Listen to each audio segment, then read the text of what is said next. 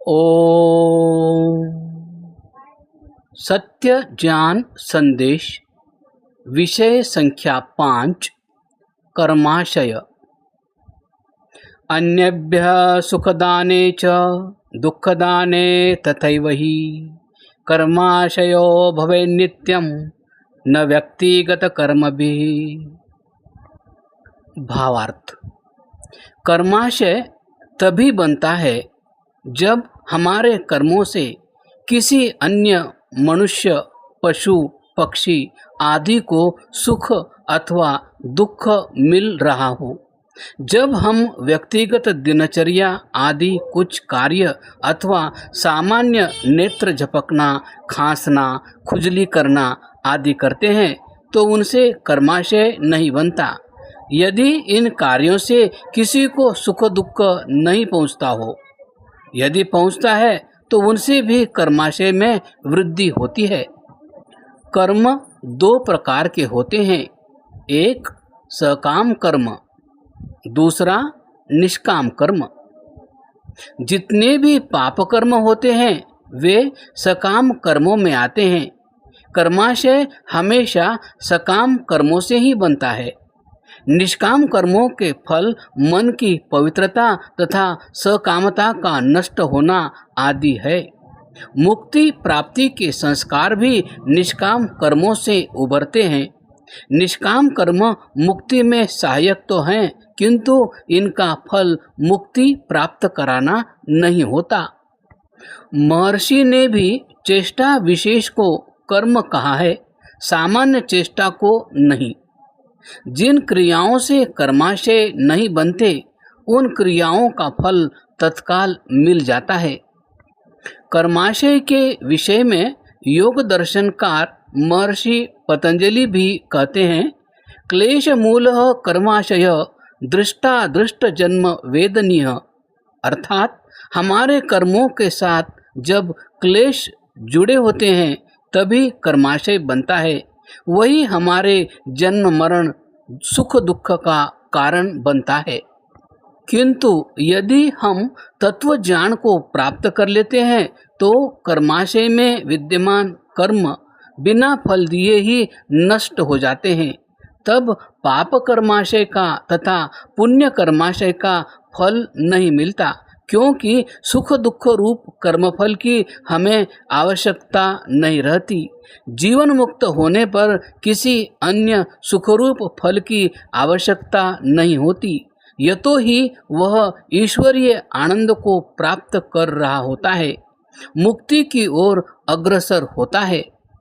इसी प्रकार दुख रूप फल की भी आवश्यकता नहीं होती, क्योंकि ईश्वरीय व्यवस्था के अनुसार हमारे पाप कर्मों का फल हमें इसलिए दिया जाता है कि हम पाप कर्मों को छोड़ अपने जीवन को उत्कृष्ट बनाएं। अतः जो व्यक्ति तत्वज्ञान को प्राप्त कर लेता है, जीवन मुक्त हो जाता है, वह तो अपने जीवन में सभी पाप कर्मों को छोड़ चुका है, अपने क्लेशों को दग्ध कर चुका है। अतः उसे दुख रूपी दंड की आवश्यकता नहीं है। वह तो अपने जीवन का सुधार कर चुका है। उसके जीवन में अब क्लेश दग्धबीज अवस्था को प्राप्त हो चुके हैं। योग दर्शनकार भी इस विषय को कहते हैं, सति मूले तद विपाको जातायुर्भोगाः। क्लेश विद्यमान हो तब ही कर्माशय का फल मिलता है। यदि क्लेश नहीं हो तो कर्माशय से फल भी नहीं मिलता।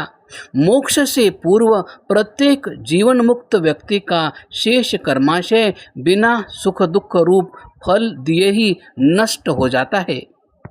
जीवन मुक्त अवस्था में साधक के सभी क्लेश दग्धबीज हो चुके होते हैं। जैसे कोई भी बीज तो हो, किंतु बीज का छिलका हटा दिया अथवा उसे भून दिया जाए तो वह अंकुरित नहीं हो जाता है। न्याय दर्शन के अध्ययन काल में पूज्य गुरुवर आचार्य श्री सत्यजीत जी ने बताया था, मोक्ष में जाने से पूर्व कर्माशय पूर्णतः नष्ट होते हैं। इससे न्याय दर्शनकार भी सहमत है। उन्हीं के अनुसार न्याय दर्शन के भाष्यकार भी उपरोक्त मुक्ति से पूर्व कर्म क्षय सिद्धांत को पुष्ट करते हैं। जैसे 1. आत्म शरीरेन्द्रियार्थ बुद्धि न्याय दर्शन 1:1:9। इस सूत्र के भाष्य में बताया गया है, पूर्व शरीराणाम आदि ही कारणम नास्ति, अर्थात मुक्ति के बाद लौटने में पुनः शरीर धारण करने का कर्माशय संबंधी कोई कारण नहीं होता। 2. वीतराग जन्मा दर्शनात् न्याय दर्शन 3:1:24। राग रहित व्यक्ति का जन्म न देखे जाने से राग से युक्त व्यक्ति ही जन्म लेता है, राग रहित होने पर ही मोक्ष मिलता है। 3. एतेन नियमः प्रत्युक्तः न्याय दर्शन 3:2:67।